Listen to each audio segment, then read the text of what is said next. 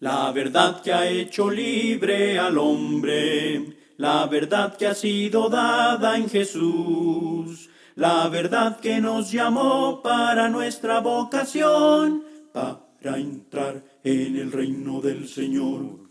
Vengan, vengan, vengan al Señor, crezcan en aquel quien nos salvó. Vengan, vengan, vengan al Señor, crezcan siguiendo la verdad en amor, para no caer en error, en doctrinas del engañador. Crezcamos en Cristo nuestro Salvador, siguiendo la verdad en amor.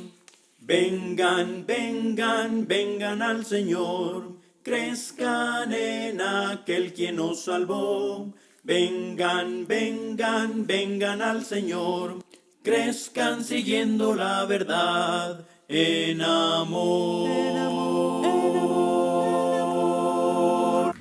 Hola mis amados hermanos, Dios les bendiga a cada uno de ustedes. Sean bienvenidos a su programa número 90 de La Verdad en Amor, aquí con su servidor Willy Alvarenga, un servidor que les aprecia en gran manera por tomar el tiempo para acompañarnos y juntos estudiar la palabra de nuestro Padre Celestial.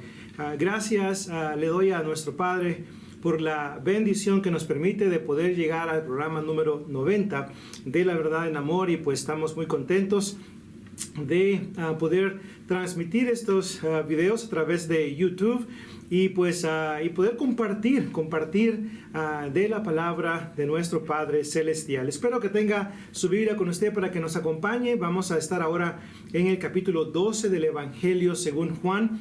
Recuerde, estamos estudiando, analizando una serie basada en el Evangelio según Juan, y esta serie se titula Conociendo a Jesús en el Evangelio según Juan. Un hermoso evangelio donde podemos aprender muchas cosas acerca de la vida de nuestro Señor Jesucristo. Así que una vez más, abra su Biblia si tiene la oportunidad de hacerlo. Si va manejando en estos momentos o está trabajando, bueno, le animo a que escuche atentamente a la lección que voy a compartir con usted. Una vez más, agradeciéndole en gran manera por tomar el tiempo para acompañarnos. Aquí en el capítulo 12 del Evangelio según Juan podemos observar a Jesucristo como el gran rey. Pero hay muchas cosas que podemos observar y quisiera pues que tomáramos unos breves minutos para considerar este capítulo 12, donde se encierran muchas lecciones, tanto doctrinales como prácticas, de las cuales podemos aprender y una vez más conocer un poco mejor a nuestro Señor y Salvador Jesucristo. Así que note en el capítulo 12, en el versículo 2, me encanta este texto. Note lo que dice: y le hicieron ahí una cena. Bueno, vamos a comenzar del versículo 1. 6 días antes de la Pascua vino Jesús a Betania, donde estaba Lázaro, el que había estado muerto y a quien había resucitado de los muertos. Ahora note: y le hicieron ahí una cena. Marta servía y Lázaro era uno de los que estaban sentados a la mesa con él. Póngase a pensar la gratitud que tenía Marta y María, y Lázaro también, cuando invitaron a Jesús. Póngase a pensar, imagínese la manera de cómo ellos estaban sirviendo a Jesús por causa de la señal que había llevado a cabo donde resucitó a Lázaro, su hermano. Solamente puedo imaginarme la cantidad, la profunda gratitud que estas hermanas tenían hacia Jesús por haber una vez más resucitado a su hermano, a quien ellas amaban. Estaban pero muy contentas, y una vez más solamente podemos imaginarnos la gran alegría que estaba que se había apoderado de sus corazones. La gratitud era tan grande que noten el versículo 13 en adelante, dice la escritura: entonces María tomó una libra de perfume de nardo puro y de mucho precio, y ungió los pies de Jesús, y los enjugó con sus cabellos, y la casa se llenó del olor del perfume. Ahora, note cómo estaba tan agradecida María por lo que Jesús había hecho al traer una vez más de los muertos, a resucitar a Lázaro, su hermano. Estaba tan agradecida que una vez más ungió, pues, los pies de Jesús y los enjugó con sus cabellos. Dice la escritura aquí, el autor es muy cuidadoso en proveer los detalles específicos. Dice aquí la escritura: fue una libra de perfume de nardo puro. Y luego dice número 2, de mucho precio. A María no le importó utilizar este perfume de nardo puro, esta libra de perfume de nardo puro y de mucho precio, para ungir los pies de Jesús. La gratitud de María era tan grande que no le importaba el costo que iba a envolver para poder una vez más ungir los pies de Jesús. Dice la escritura aquí que uno de sus discípulos, Judas Iscariote, hijo de Simón, el que le había de entregar.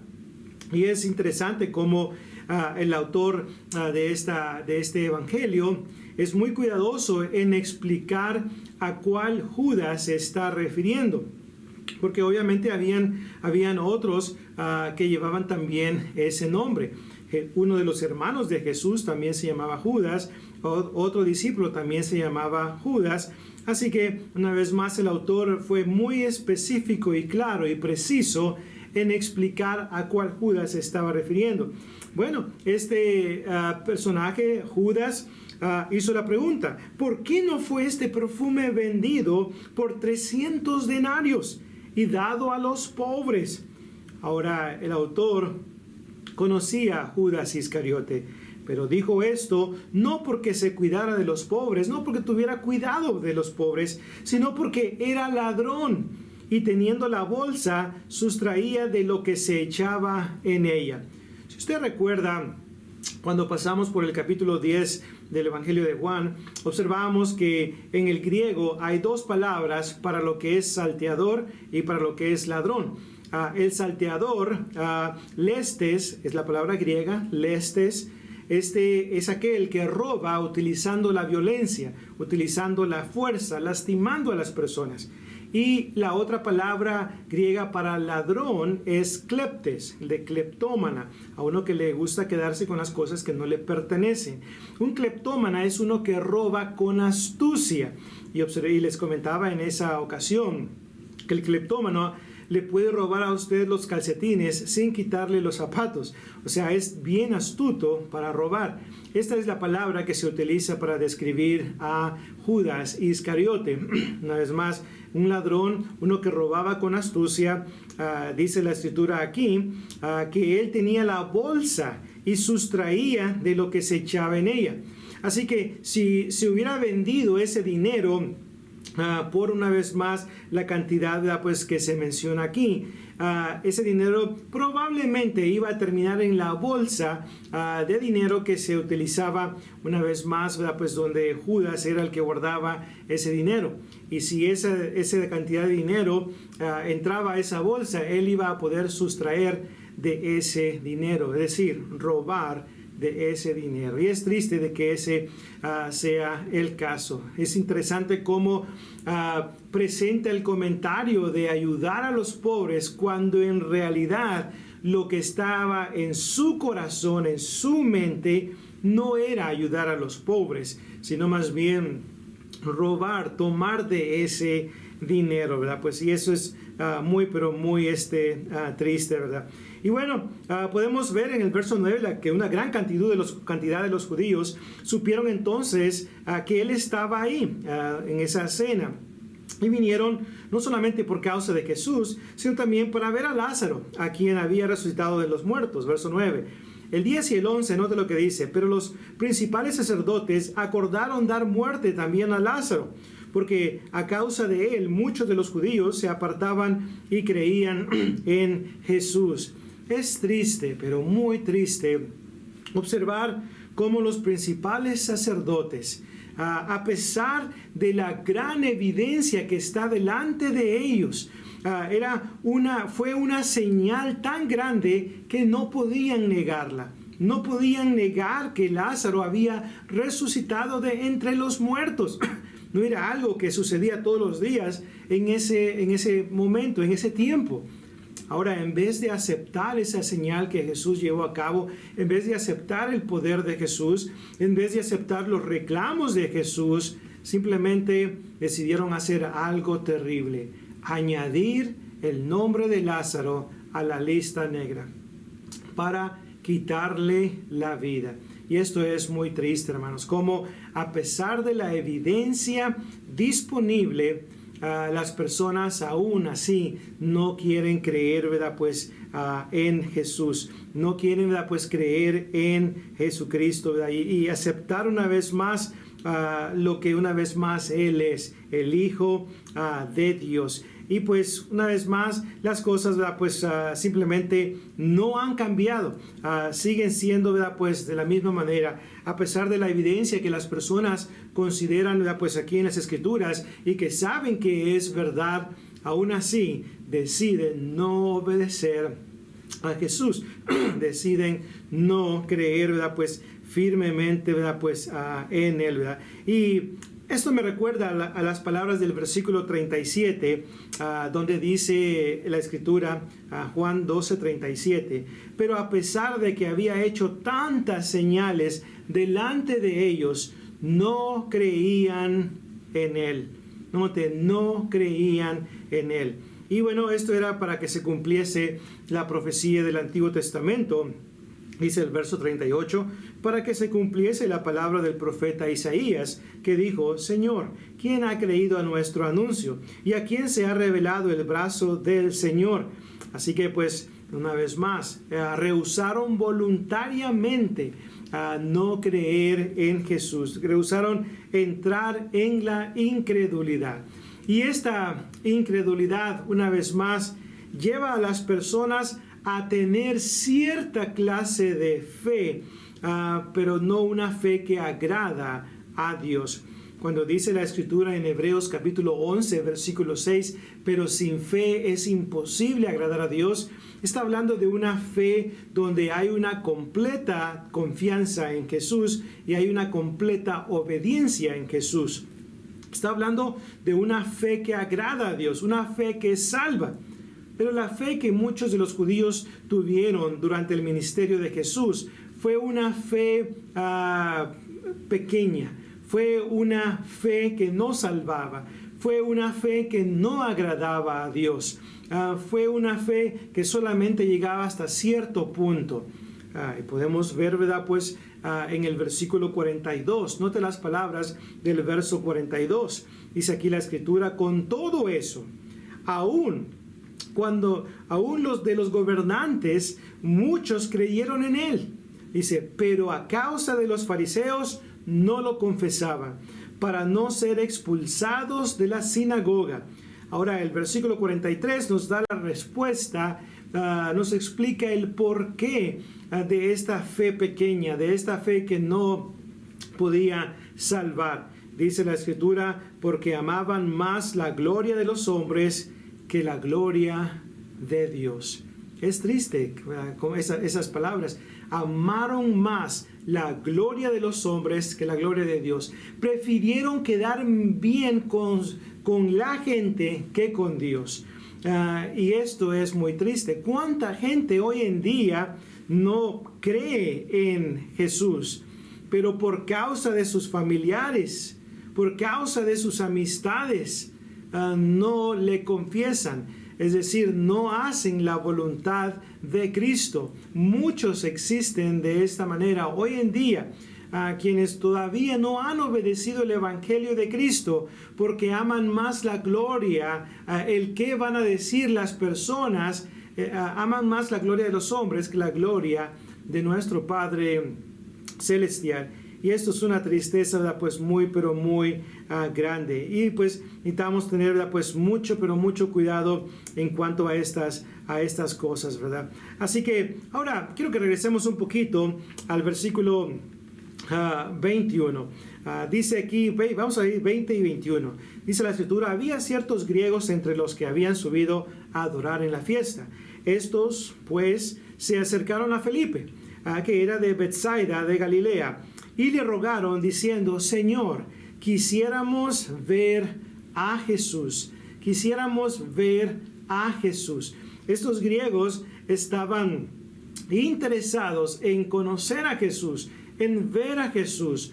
Ahora, el texto, el pasaje aquí no revela la razón específica, explícita del por qué los griegos querían ver a Jesús.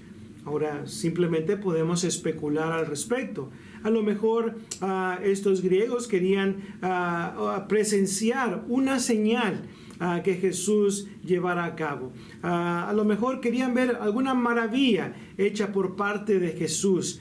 O simplemente tenían la curiosidad de conocer a Jesús, hacerle algunas preguntas a Jesús, charlar con Él por un rato, platicar con Él y aprender un poco. Probablemente esas eran algunas de las razones. Pero aquí podemos ver el deseo de ellos. Señor, quisiéramos ver a Jesús. Así que esta declaración, especialmente cuando dice Señor, ¿verdad? Pues quisiéramos ver a Jesús, podemos ver cierto grado de respeto en esta petición que ellos están haciendo. Así que ahora, ¿por qué deberían las personas hoy en día desear ver a Jesús? Y obviamente no ver a Jesús físicamente, porque obviamente esto es algo que no se puede llevar a cabo. En aquel tiempo, durante el ministerio de Jesús, miles y miles y miles de personas le conocieron en persona. Cientos de personas presenciaron las señales de Jesús. Voy a decir, miles de personas presenciaron las señales de Jesús, especialmente en el capítulo 6, cuando observamos cómo Jesús alimentó a 5,000 hombres. Así que, una vez más, debemos desear ver a Jesús espiritualmente hablando, porque Jesús es aquel que nos puede dar la vida eterna. Él es el que tiene la vida eterna. En Él está la vida eterna, primera de Juan 5:11, y deberíamos entonces desear ver a Jesús por esta razón, porque en Él se encuentra la salvación eterna de nuestras almas. Deberíamos desear ver a Jesús, porque Él puede quitar nuestros pecados y lavarlos con su preciosa sangre. Dice Juan 1:29, he aquí el Cordero de Dios que quita el pecado del mundo. Por eso deberíamos de desear ver a Jesús espiritualmente hablando. Deberíamos desear ver a Jesús porque Él es el camino, la verdad y la vida. Juan 14 y versículo 6. Y porque fuera de Él no hay salvación. Hechos capítulo 4, versículo 12. Deberíamos de desear ver a Jesús porque Él es el supremo ejemplo a seguir. 1 Corintios 11:1, 1 Pedro 2, 21 y 22. Deberíamos desear ver a Jesús por estas y muchas otras razones. Así que el texto no dice que alcanzaron a ver a Jesús. Probablemente tuvieron la oportunidad de poder conocer a Jesús, pero una vez más el texto no lo revela, así que solamente podemos especular al respecto, ¿verdad? Y luego, pues quiero que observemos ahora en lo que son los versículos 47 al 50. Aquí podemos observar cómo Jesucristo enfatiza el poder de la palabra de Dios, la importancia de la palabra de Dios, y dice la Escritura: al que oye mis palabras y no las guarda, yo no le juzgo, porque no he venido a juzgar al mundo, sino a salvar al mundo. El que me rechaza y no recibe mis palabras, tiene quien le juzgue. Dice, la palabra que he hablado, ella le juzgará en el día postrero. Porque yo no he hablado por mi propia cuenta. El Padre que me envió, Él me dio mandamiento de lo que he de decir y de lo que he de hablar. Y sé que su mandamiento es vida eterna. Así pues, lo que yo hablo, lo hablo como el Padre me lo ha dicho. Así que podemos ver cómo Jesucristo es aquel que enfatiza la importancia de la palabra de Dios y nos enseña con mucha claridad que la palabra, cualquiera que rechace las palabras de Cristo, y son las que encontramos aquí en el Nuevo Testamento, la doctrina de Cristo. Dice Jesús, cualquiera que rechace mis palabras y no las reciba, no las cumpla, no las ponga en práctica, dice, tiene quien le juzgue. La palabra que yo he hablado, dice ella, le juzgará en el día postrero. Así que ahora, este texto es muy importante que recordemos que tiene una aplicación universal. Es cierto, en su contexto inmediato, Jesús está hablando con los judíos, pero cualquier persona sobre la faz de la tierra que esté en una edad de responsabilidad, que esté en una edad donde ya ejerce su libre albedrío para escoger el bien o escoger el mal, cualquiera persona que tenga acceso a la palabra de Dios, a las palabras de Cristo, y no las guarda, no las pone en práctica, no las recibe y las pone en práctica, esta persona va a ser juzgada por la palabra de Dios un día. He aquí la importancia de la palabra de Dios. Así que las enseñanzas que Jesucristo ha dado, ha presentado, por ejemplo, en el registro de los 4 evangelios, y una vez más donde se incluyen enseñanzas aplicables a lo que es la iglesia del Señor, al reino. Cualquiera que rechace esas enseñanzas, una vez más, van a ser juzgados por la palabra de Dios. Y enfatizo esto porque hay algunos que dicen que la palabra, el término cualquiera, solamente tiene aplicación a los judíos. Y esta, una vez más, es una doctrina errónea, equivocada, donde una vez más tienen una agenda falsa, ¿verdad? Pues motivos incorrectos detrás de defender esa clase de postura, ¿verdad? Una vez más, cualquiera que rechace las palabras de Cristo, sean judíos, sean gentiles, sean de México, Guatemala, Honduras, Perú, España, de cualquier lugar, cualquiera que rechace las palabras de Cristo, un día va a ser juzgado por esas palabras. Y Cristo dice, va a ser juzgado por esa palabra, porque yo no he hablado mi propia opinión. Yo he hablado, yo he predicado, yo he proclamado la palabra de Dios. De lo que el Padre me dijo que yo dijera, eso es lo que yo estoy diciendo. He aquí una gran enseñanza, hermanos, para nosotros los predicadores o los cristianos en general que comparten con otros la palabra de Dios. Siempre hay que compartir lo que dice la palabra de Dios, no nuestras opiniones.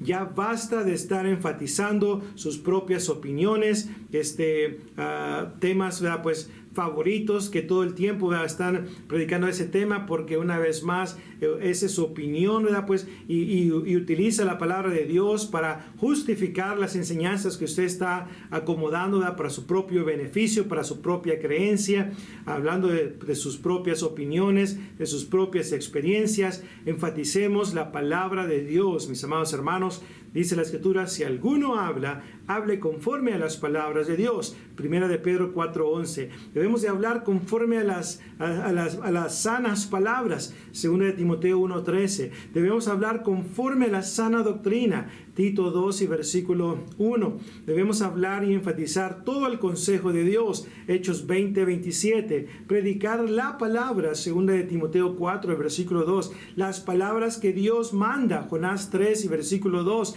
Lo que Dios diga. Primero de Reyes 22:14. Esa debe de ser nuestra actitud. Predicar, exponer la palabra de Dios. No tratar de justificar una doctrina basada en un solo texto. Considere la totalidad de la enseñanza en cuanto a ese tema para que pueda hablar conforme a las palabras de Dios y no conforme a sus opiniones. porque ya de esto mucho se está haciendo hoy en día.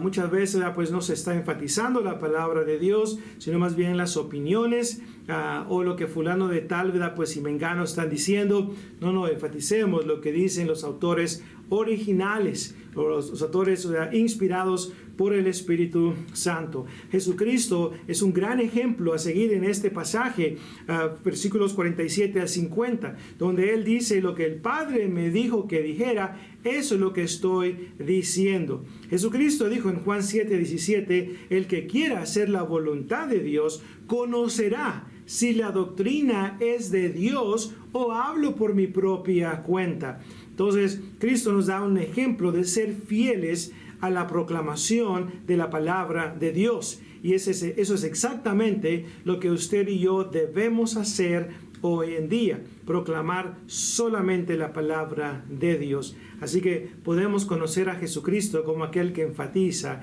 la palabra de nuestro Padre celestial. Así que pues, mis amados hermanos, sigamos este ejemplo y apreciemos en gran manera el ejemplo de Jesucristo y apliquemos ese ejemplo a nuestra vida. Este capítulo 12 encierra grandes enseñanzas muy prácticas y que podemos apreciar en gran manera. Recuerde que en este capítulo se presenta a Jesús como el rey de los judíos. La entrada triunfal, se cumplen muchas profecías del Antiguo Testamento en esta entrada triunfal. Recuerde que en la mentalidad de los judíos, ellos esperaban a un rey terrenal, un rey físico que iba a tomar control, ¿verdad? Pues y iba a establecer un reino, iba a vencer a los romanos.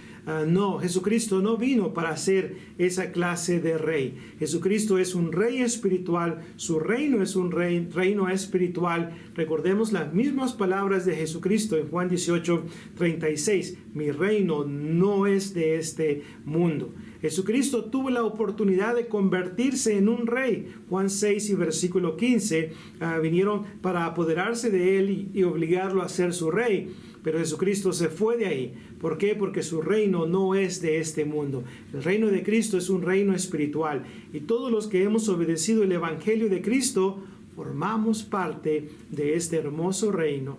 Los colosenses, aproximadamente por el 62-63 después de Cristo, que es cuando Pablo les envía la carta, ellos ya formaban parte del reino. Habían sido rescatados de la potestad de las tinieblas y habían sido trasladados al reino de su amado Hijo. Así que pues apreciemos el reino espiritual de Cristo y tengamos un concepto correcto de ese reino y no un concepto incorrecto como los premilenialistas. Hermanos, Dios bendiga la predicación de su palabra y gracias por habernos acompañado en esta ocasión. Así que pues es mi oración de que esta lección haya sido de gran beneficio para cada uno de ustedes. Recuerde una vez más, si usted se ha movido aquí al área de Hearst, Euless o Bedford, la Iglesia de Cristo del 1801 de la calle Brown Trail está aquí esperándole.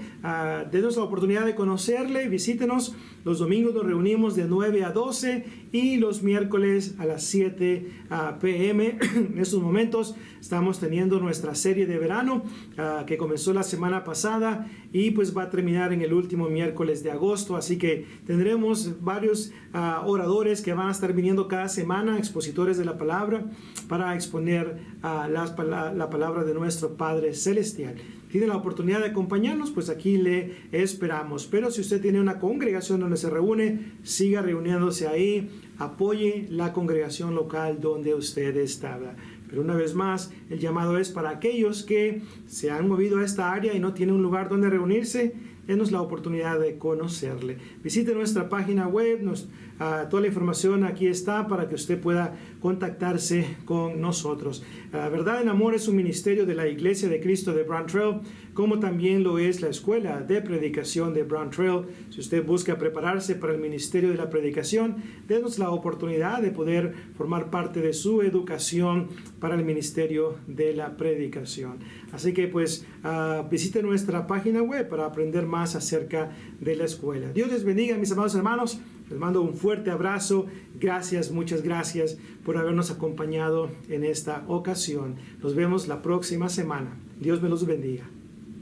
La verdad que ha hecho libre al hombre, la verdad que ha sido dada en Jesús, la verdad que nos llamó para nuestra vocación, para entrar en el reino del Señor. Vengan, vengan, vengan al Señor, crezcan en aquel quien nos salvó. Vengan, vengan, vengan al Señor, crezcan siguiendo la verdad en amor, para no caer en error, en doctrinas del engañador. Crezcamos en Cristo nuestro Salvador, siguiendo la verdad en amor.